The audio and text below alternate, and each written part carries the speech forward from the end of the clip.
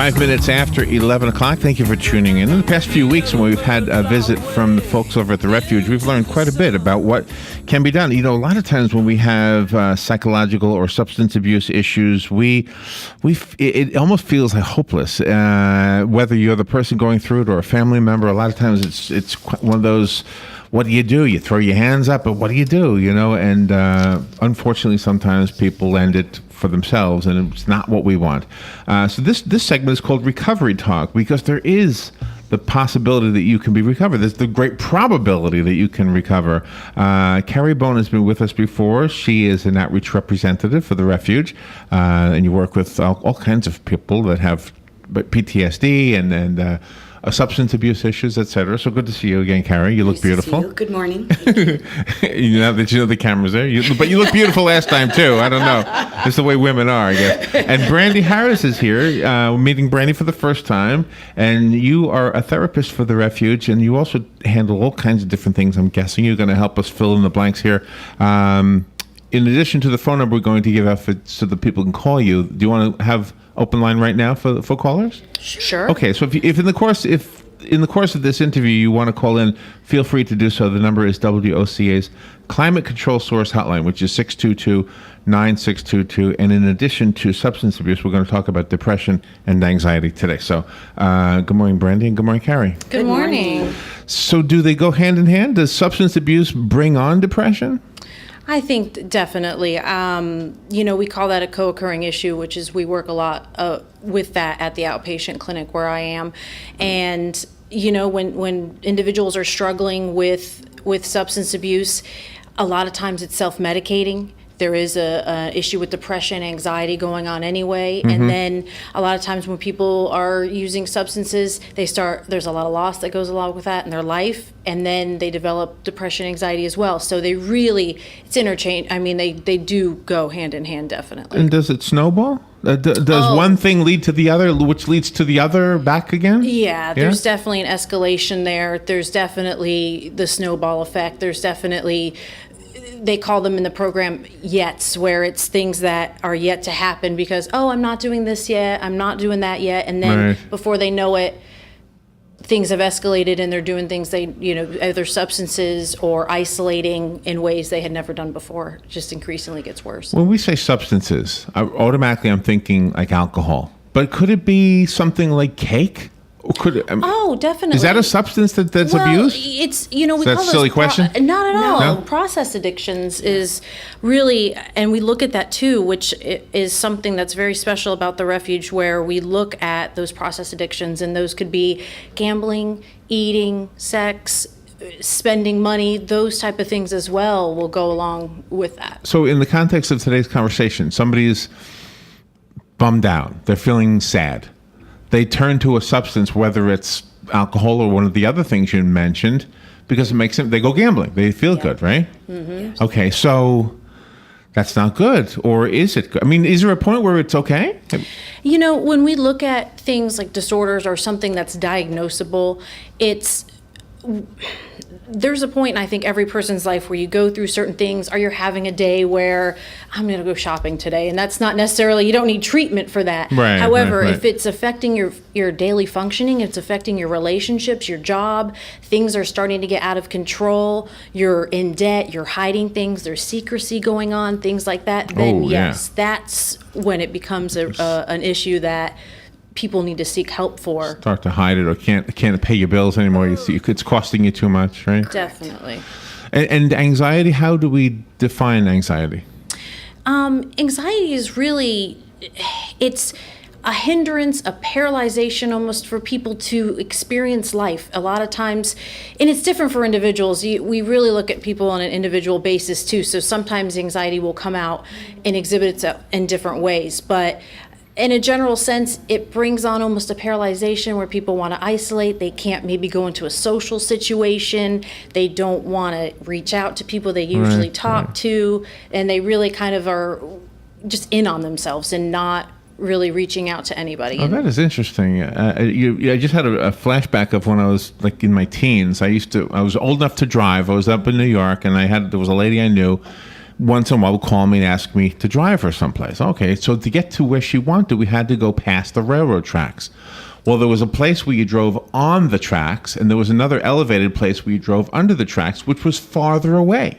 She would always have me drive to the far. She didn't want to drive over the tracks. Wow. She was absolutely petrified to go over the tracks. Would that be an example of that? Yeah, definitely. That's why. And anxiety does manifest in different ways. That is, I used to think this is the craziest thing. We got to go 3 miles to go 3 blocks. Mm-hmm. Yeah. Something that she was a fear. It could have something happened maybe previously in her life, or just a fear of hers that. And you could handle, that's probably a bad example, but that kind of thing can be handled in an outpatient? Oh, definitely. Through group therapy and individual therapy, you find that people have so much more in common than they are different, and a lot of these experiences and feelings they share, and that is very helpful as well to the individuals seeking help. Really? Kari, should the individuals that are there on an outpatient basis, should they share that with their coworkers and their jobs? Because you've got people from hourly rates to attorneys and doctors, things like that. Can you clarify the question again? Well, because sometimes if people would share something that they're going through that appears to be bad to others, and then if they would share that with their care workers, letting them know they're getting help, sometimes that might impede them in their job. Their coworkers might not want them around.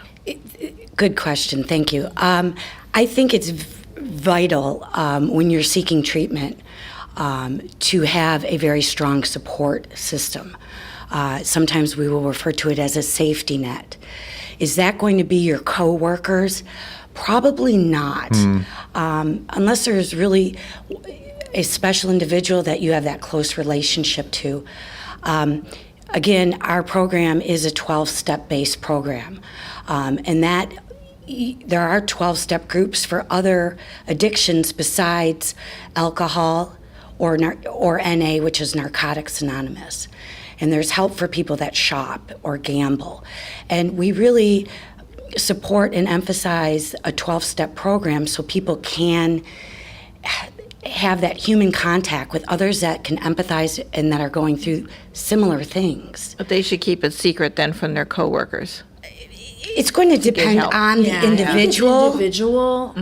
Some workplaces have like an EAP program, and they can go to an HR person and get that support there, and then have like a medical leave where they can feel safe that their job is there, but they don't have to let everyone know perhaps what's going on. Mm-hmm. And so they can find that balance, but it is important to have support too. So, and the whole thing is letting these secrets out and getting the help. So you just want to be able to set boundaries and, make sure you're careful about just keeping yourself safe as well. It's important to navigate that. Mm-hmm.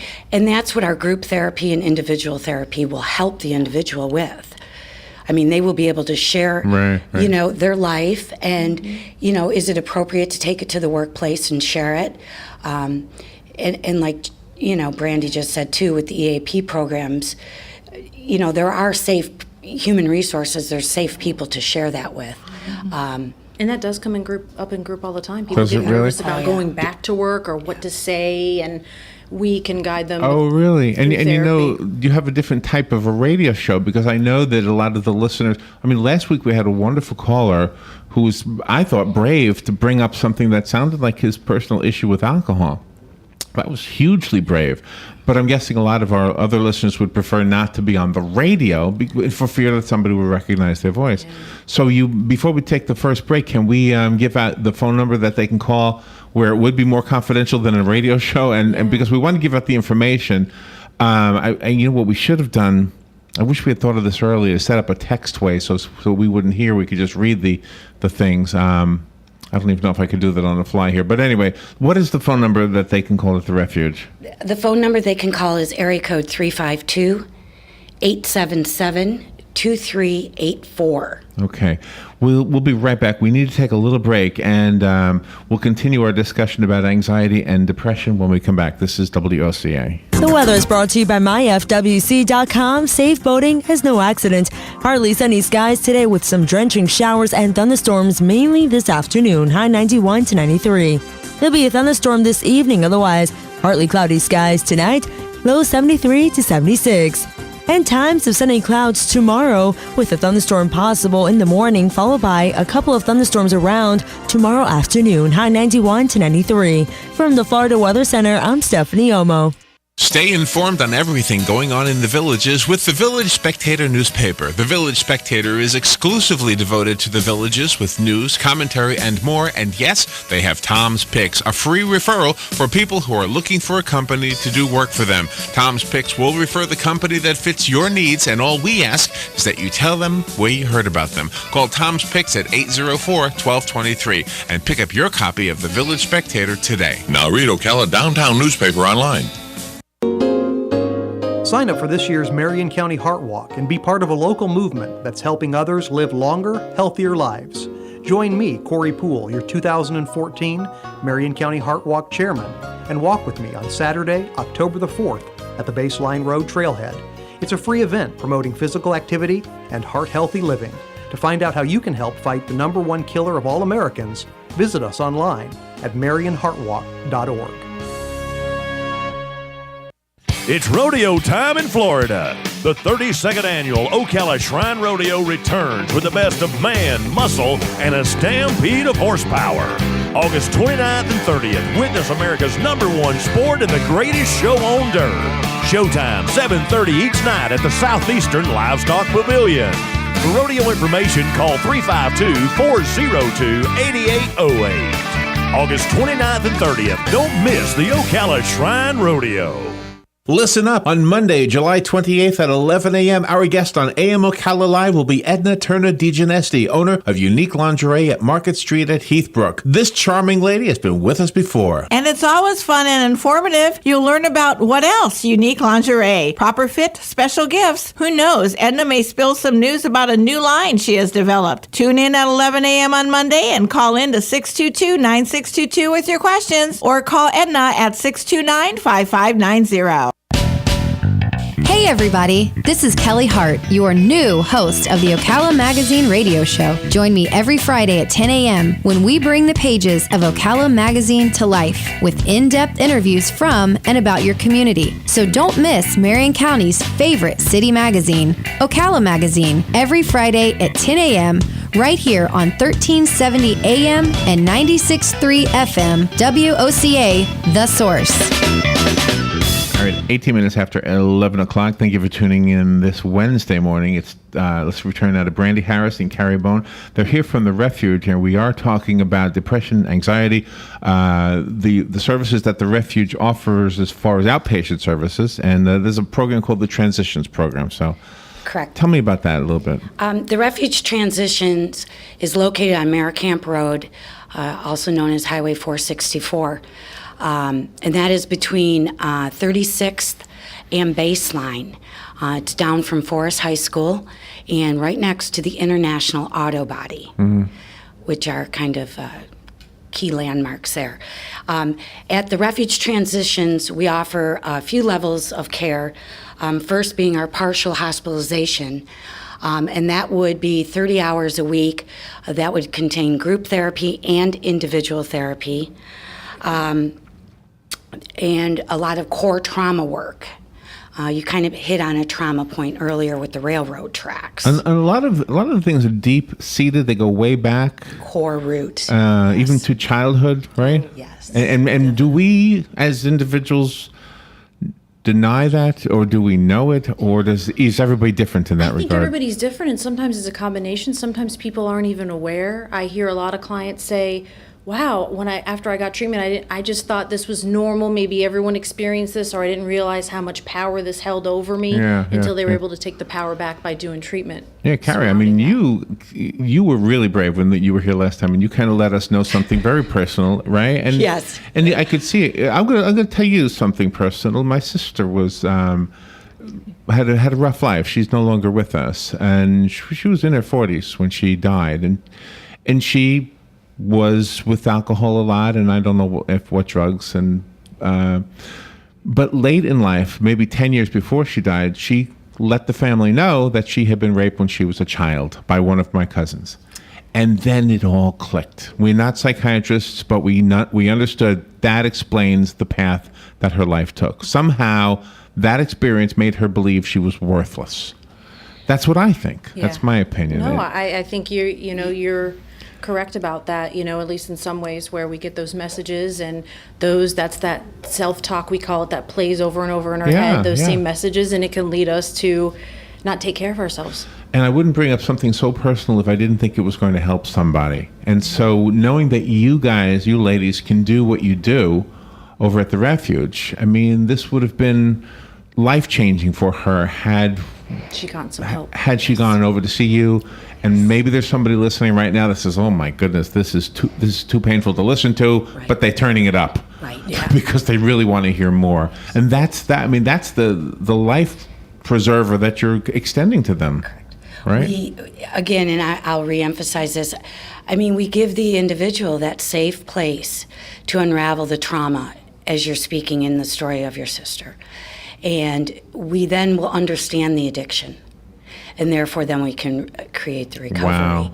And that's really the theme of the Refuge. How life-changing. You must see this all the time, right? Yes. We see miracles. It's really beautiful. It is. It really makes you just very passionate about what we do, Obviously, yeah. Yeah. These special people. So the number again, because this is important. If this sounds like you or somebody you love, 877-2384. The Refuge is right here in Marion County. Yes. Ocklawaha? The residential campus is in Ocklawaha, and then the Refuge Transitions, which is our outpatient, is on Merricamp Road in That's Ocala. right. You just said it, and I just went in one ear and out the other. Because I was processing, what am I going to say about my sister? As you were talking, my brain, I'm sorry, I wasn't 100% there. I'd like to just finish on the levels of care. Yes, please. At the Refuge Transitions. We also have an intensive outpatient. That group would meet 9 hours a week, and that is going to have group and individual therapy as well. At that level of care, we offer three groups a day. So the individual can go morning, noon, or evening, depending on their work schedule or school schedule. We will accommodate the individuals. Okay. We then have outpatient therapeutic services. And that may look like individual counseling. That may look like court-ordered substance abuse programs. Individual therapy, I may have said that already.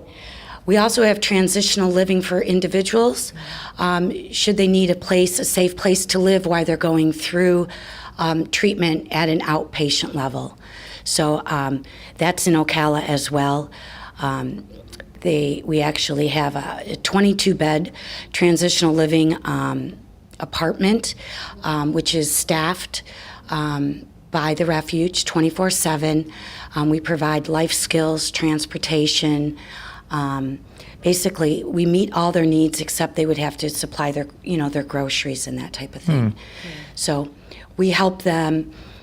That's part of creating the recovery for them and helping them become responsible again in society or the community. It helps with accountability. It helps with containment if they're opening up a lot of issues during the week, and then they go back there and stay, and they're with other peers and they're with staff, and it can be a safe environment for them. When we think of outpatient for the physical, I mean, we think of the emergency room. The outpatient services you offer sounds like it's more emotional or psychological. Yes. Do you ever have people coming in saying, "Look, I'm thinking about killing myself. I need some help"? Do you ever have somebody extreme like that? Oh, definitely. Really? And now that would be, of course, evaluate them and send them for a higher level of care, because that would be where they would need to be inpatient or residential, and there are those levels of care available too. It's just where we're at, they're more stabilized, and we'd want them to be a little more stabilized in order to do outpatient. But of course, if they needed help and they were asking for it, we would get them to the correct place, definitely. And how do you help the medical professional, like the doctors and the nurses, things like that, when they start to have a substance abuse problem? Yes, we have. We do assessments for the IPN program for those professionals, and we have a They could group lose there their as license. well. And they get involved in that program, and in order to get their licenses back. So we provide groups there for them, and then sometimes they'll join our IOP or PHP groups as well. So we are very accommodating for those individuals as Oh, well. wow. So whereas a doctor is exposed to whatever germs we might be carrying, you guys as professionals might also. So you guys need to party more. You need to you need to get away. I mean, I'm sure sometimes it's not contagious in the true sense of that word, but does it affect you? Well, I mean, it definitely makes you aware, and you have to, and you have to be careful not to overanalyze, I think, yourself in your life, but it definitely brings awareness and insight as well. So suddenly I see a place for us finally. Yeah. Just some mindless good cheer. Just turn on the radio and listen to dopey stuff for a little bit. Yeah. Back to the impaired professionals, too. We are a Florida impaired professional abuse assessment provider, so we can actually do the assessments. Oh, wow. At our residential and the Refuge Transitions outpatient center. So, just so our listeners know.